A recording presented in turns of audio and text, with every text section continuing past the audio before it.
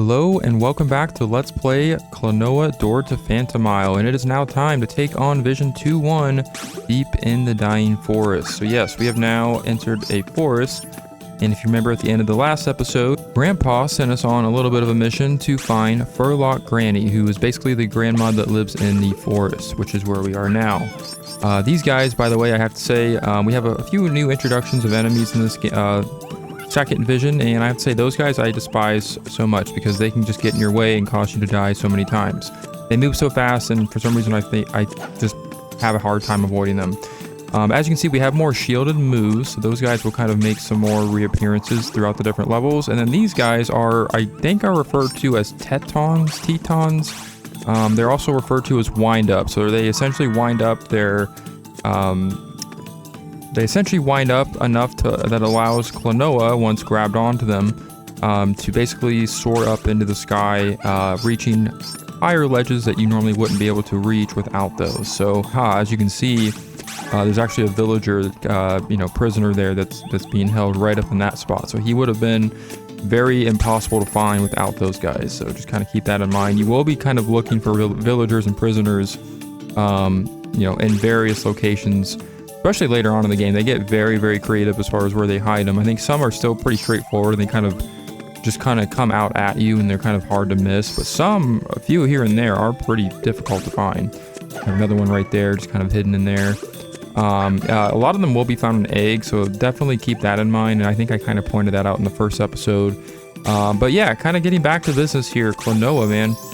We have another multiplying fairy. I don't know if that's the official name for that, but that's what I like to call it. Give me some more gems.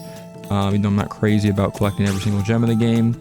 But Klonoa is a very, very interesting game here. We have a lot of mechanics that, again, using the enemies to be able to platform over specific spots in the game is very, very crucial. And again, a lot of your time is going to be used, or is going to be spent on solving puzzles that require you to use the enemies in order to get through and progress within each level.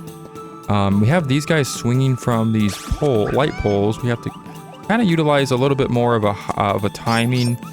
Kind of have to time our platforming a little bit more with some of these areas where we have to kind of use these airborne enemies, or enemies kind of higher in the air to get a good distance within our jumps. So something that's, and then of course they'll hide some gems that are kind of floating in the air that you still have to use those higher up enemies to get to. So we're seeing a lot more of that, especially in this area because this is the forest. So we have a lot of collectibles that are kind of hanging around in higher spots. So but we have another egg here. Let me see if I can use this wind up guy and get up here, hit this memory clock. So yeah, these little stopwatch clock looking things that are also in bubbles, and I totally missed that egg.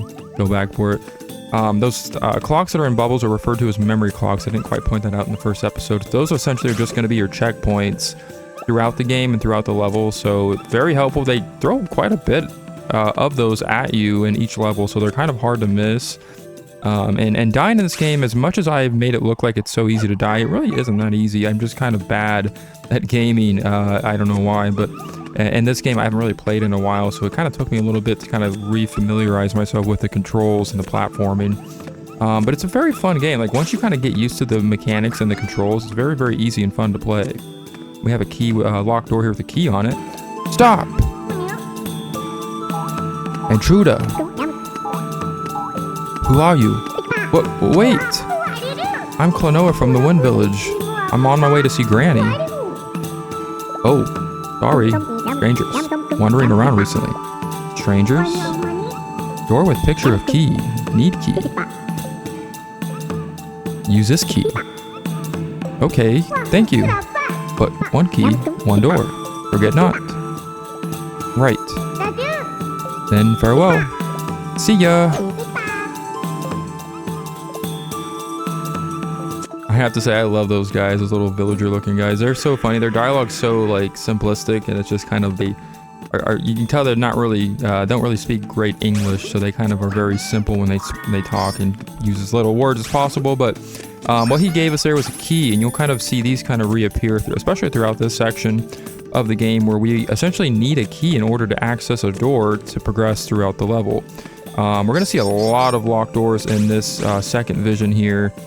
This is only Vision 2-1, so we still have 2-2 to get through, and there's a prisoner in that egg right there.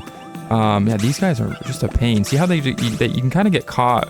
The reason why I don't like these enemies is you can get kind of caught and stuck within them. Oh, that's if you're not careful to when using them, because some of these enemies, and I forgot to mention this as well, is you will not be able to actually grab a hold of them until they have launched their attack, or they essentially make themselves vulnerable, or put themselves in a vulnerable position where you can grab them. So those guys are one of those examples of one of those enemies. Like that guy right there throwing spikes is kind of the same way, where you kind of have to wait till he throws the spikes to be able to even grab a hold of him. So a little bit of a timing goes into those enemies. It's kind of annoying, but you will kind of get a little bit of a hang of it once you do progress throughout the game more and kind of get more of a familiarity with how some of these enemies patterns work. So another shielded Moo here. These guys can be kind of annoying. He not only has a shield, but he's got like a spear as well, so attached to the shield, so you want to make sure you don't take any damage from them. And of course we have some gems that are kind of just out of reach here, or require a little bit of a excellent jumping skill that I don't have apparently.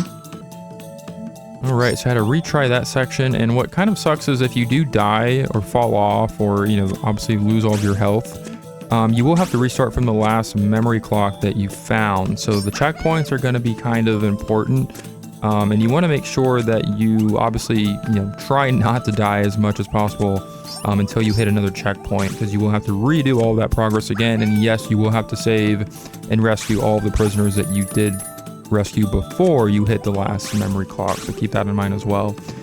One of them down here, and one thing that's kind of also a little tedious is the moves are so chubby that sometimes you can't fit them through certain gaps in some of the platforms, so you will have to kind of strategically figure out which enemy you're using or which move you're using to get whatever collectible you're trying to grab with them. So sometimes you cannot go fit through certain passageways or certain crevices, so keep that in mind as well.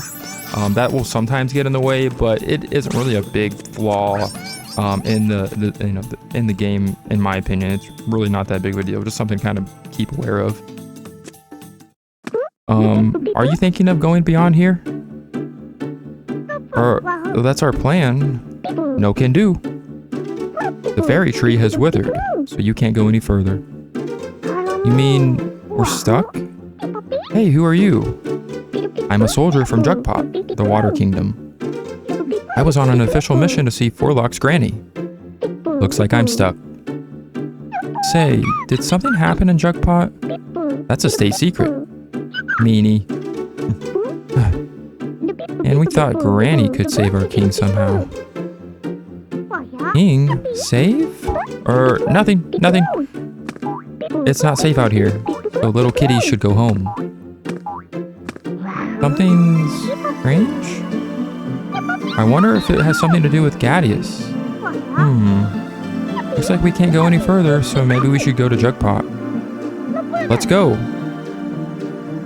And that clears Vision 2-1.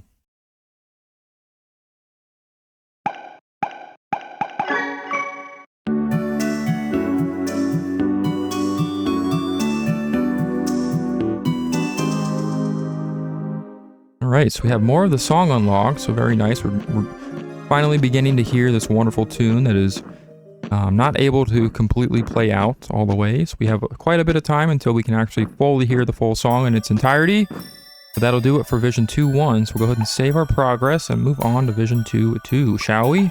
I think we shall. Let's do it. Let's go.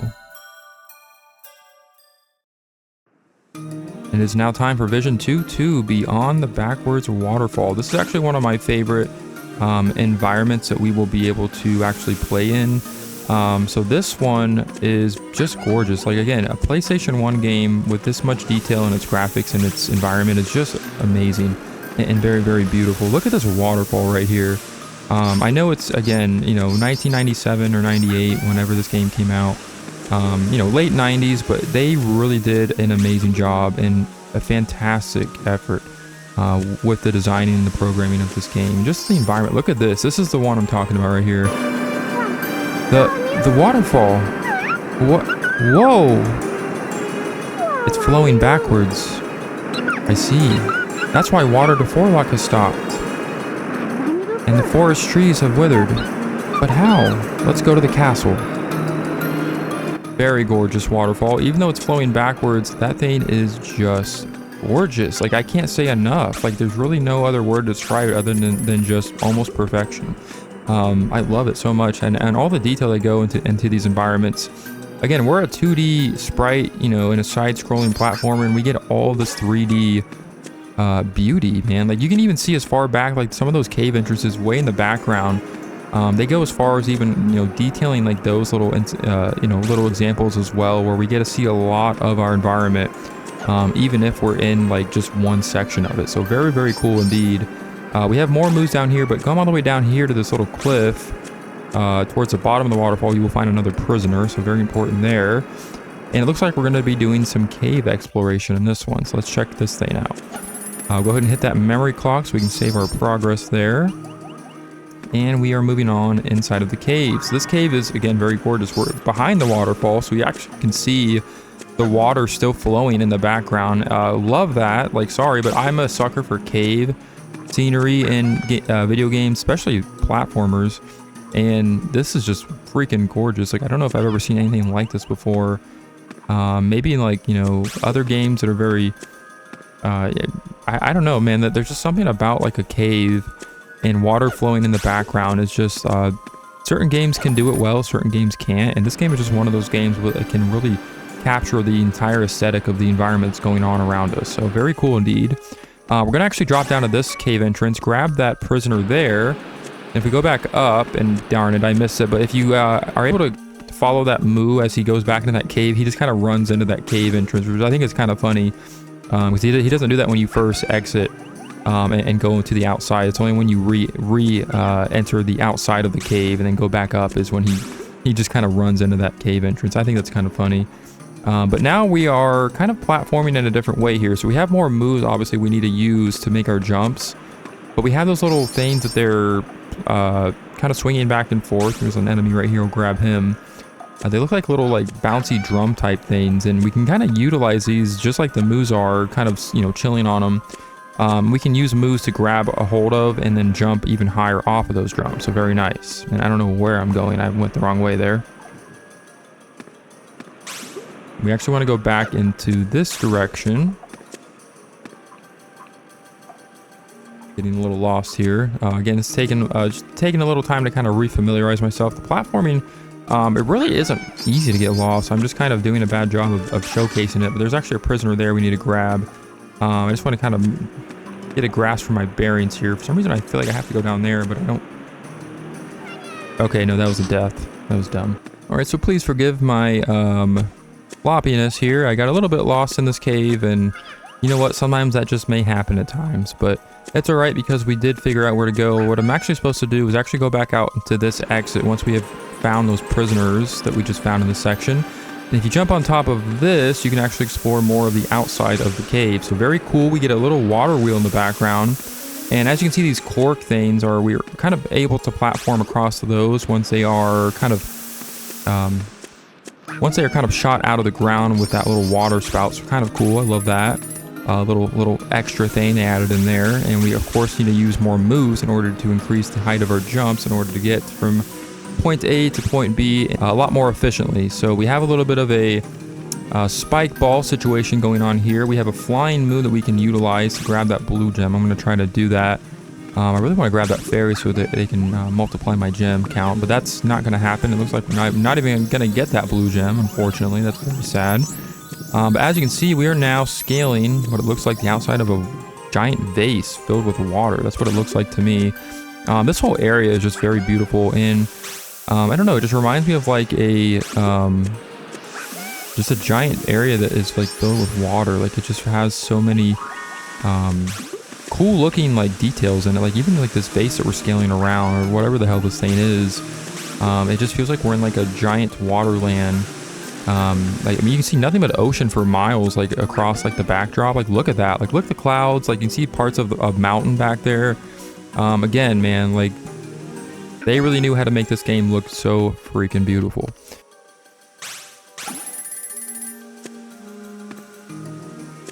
We're going back into another cave, and we have a little bit more left to do. I think we're I'm kind of nearing the end of the level here. But yeah, I mean, really not a lot left to say of this game other than I just love playing it. I love the different types of platforming that this game includes, and the fact that we are given a lot of cool things here. Like we have a lot of opportunities. We collect quite a bit of gems, even like in the first half of the level, which is kind of cool because even though I'm not like a big on collecting gems in this game, and we actually want to go back, it's cool that they give like the players that really are, you know, hardcore collectors a chance to really go above and beyond and get every little you know, collectible in every single nook and cranny. It really is enjoyable, especially for the people that really want to go out of their way to get some of these gems. Like it's very, very rewarding, and it feels very satisfying doing so. Alright, so now that we have gotten that prisoner in that corner, we can now proceed on, because we're done in this area. And we have a little bit of a water slide section. We'll go ahead and hit that memory clock, because we are sliding down the giant swirly water slide. I love this. We have a lot of opportunity here. A lot of opportunities here for more gems. I love how they give us this little slide mechanic here. I think this does come back in a few other levels, something similar to that. But very cool little fun slidey time there. The only disappointing part of these sliding sections is that you cannot go backwards. So if you do miss a couple gems, you can't go back to them unless you go through the entire level again. And actually defeating this giant shielded moo will grant you a bunch of gems as well. That's something I failed to point out in the other episode where I think we had some other big moos that we destroyed previously. But they do give you some respawns for the big moves, since you do have to use them to get up to these higher points. That's awesome, and I love that they do that. I think this game could have been a lot more challenging if they made it to where you essentially had no respawns for some of these moves that you kind of need to get further into the you know, levels. I love that they give you like a second chance, almost like, well, essentially an infinite chances as far as like getting up there. But this game could have been a lot more challenging. Like if you think about it, they had you know, there wasn't really as many respawns. Of course, you could probably just like exit the area, re-enter the area to kind of solve that issue. But for the most part, there's a lot of leeway that they give you in case you do miss some of your collectibles or some of your jumps that you need to make. So these guys are kind of annoying. These guys are actually called spikers. They're the only enemy, I believe, in the game that you cannot destroy in any way, shape, or form. So keep that in mind. You just want to kind of avoid them. Wait a minute. I hear something. Help me, please. Someone, please push the switch. We have a fish locked in a cage, so let's go ahead and hit the switch to rescue it.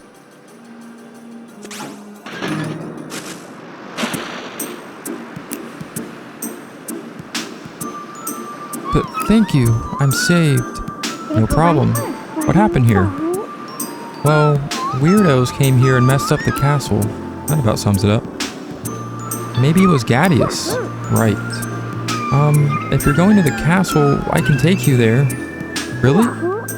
But can you save my mommy? I want my mommy back. Back? She's probably under some evil spell. Okay, gotcha. We'll give it a shot. Thank you. So happy.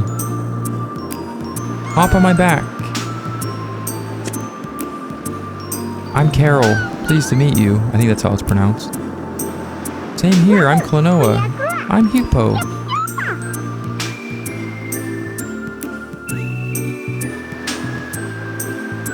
Let's go then. Very cool part right there. I love that part. And now we travel underwater to the next boss. So this is the castle. Who is it? Klonoa, and yourself? I am Seedoff, the king of this castle. Ah, you're the brat the mighty Gadius spoke of. Gadius, I knew it. I'll put you in your place. Time for you to go away. Pamela!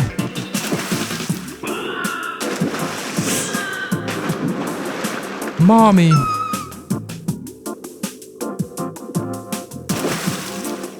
You're mine, brat.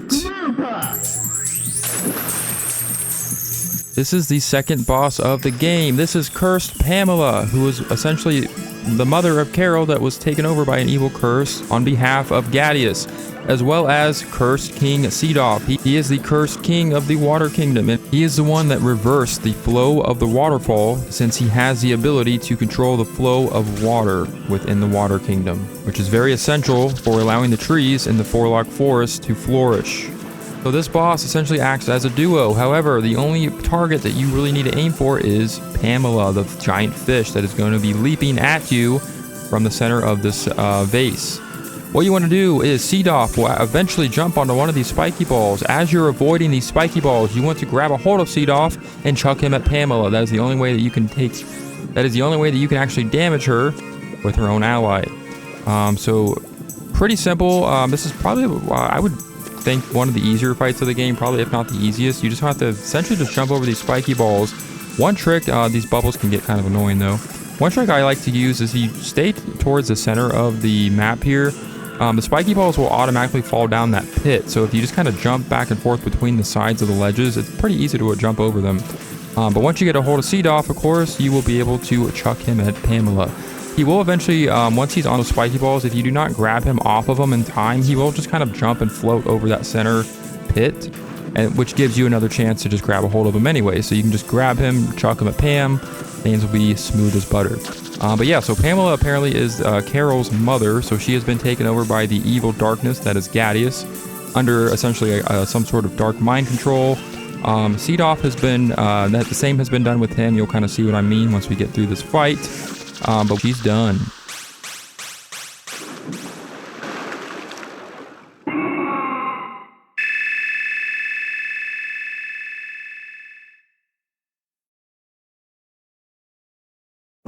Eek. You call yourself the king of Jugpot, and you get beaten by this brat. Weakling! Useless! No good! Oof! I'll be back! Oh, what am I doing here? I see. I was under a spell cast by that Gadius character. I have a feeling he's plotting something against the Moon Kingdom. If that's the case, Furlock Granny is in grave danger. Granny knows a lot about ancient legends. She should know something about the Moon Kingdom. And that's why Jugpot's water was made to flow backwards, to kill off Furlock Forest. What an evil, ruthless fiend. Klonoa, we have to go back to Furlock. Then I shall return the water back to normal. The withered tree should come back to life. Carol! Here I am! I love that. Gotta love Carol. Take them back, Carol. Thank you, Klonoa. Mommy's back to normal now. Great! I'm glad. Let's get going. Oof. Okay, let's go. Okay.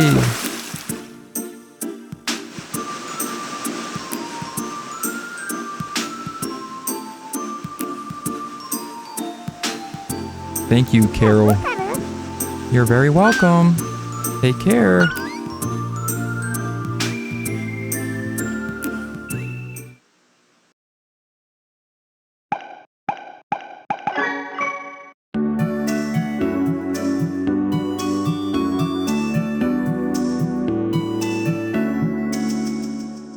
That's gonna do it for Vision 2, and we have now opened up more of our lovely song here in the menu. Join me next time when we take on Vision 3-1. Things are about to get even more crazy as the story unfolds, and more is revealed about the plans of Gadius. So until then, I will see you later.